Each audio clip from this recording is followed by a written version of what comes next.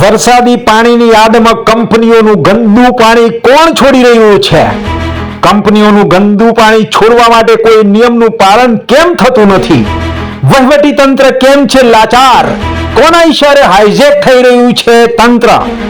જવાબદારો સામે લાચારી દર્શાવી કોણ કરી રહ્યું છે વહીવટ, જેની સજા જનતા ઉઠાવી રહી છે?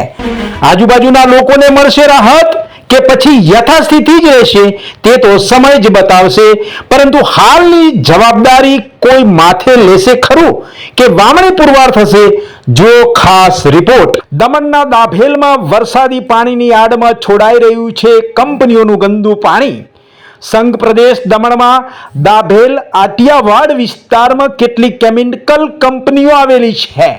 આ કંપનીઓ દ્વારા જાહેરમાં દૂષિત પાણી મોટરોથી પાઇપો દ્વારા છોડવામાં આવી રહ્યું છે, જે વરસાદી પાણીની સાથે મિક્સ થઈ ગટરમાં જઈ રહ્યું છે. એ ગટર પણ જાણે કે કંપનીઓ પોતાની મનમાની ચલાવી રહી છે, અને આ મનમાની ચલાવીને પોતાના જ કાયદા બનાવે છે, જાણે કે આ ગટર પોતાની હોય તેમ તેઓ દ્વારા જ ગટર જેવું નિર્માણ પણ કરી દીધું છે, જેના દ્વારા મોટર મૂકી પાઇપો વડે આવું કાળું કલરવાળું પાણી છોડાઈ રહ્યું છે. કંપનીઓ જાણે પોતાની મનમાની ચલાવી બિંદાસપણે આવું કાર્ય કરી રહેલી જોવા મળી રહી છે, જેના કારણે આસપાસના વિસ્તારોમાં માનવ જીવન, જળ અને જમીન માટે ઘાતકી સાબિત થઈ શકે છે.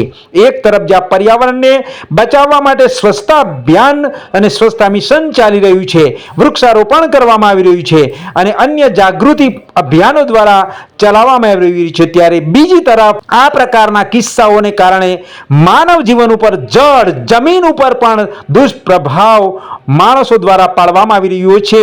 અને કેટલાક ઉદ્યોગો વરસાદની જાણે કે રાહ જોઈ રહ્યા હોય અને પોતાની કંપનીઓનું પ્રદૂષિત પાણી ખુલ્લેઆમ છોડી દેતા હોય છે, અને જેનો અસર લોકોના સ્વાસ્થ્ય ઉપર પડતો હોય છે, અને આ સ્વાસ્થ્ય ઉપર પ્રભાવ પણ પડી શકે એમ છે. ત્યારે તંત્ર સજાગ બની તુરંત કાર્યવાહી કરવામાં આવે અને યોગ્ય પગલાં ભરવામાં આવે તે પણ એટલું જ જરૂરી છે.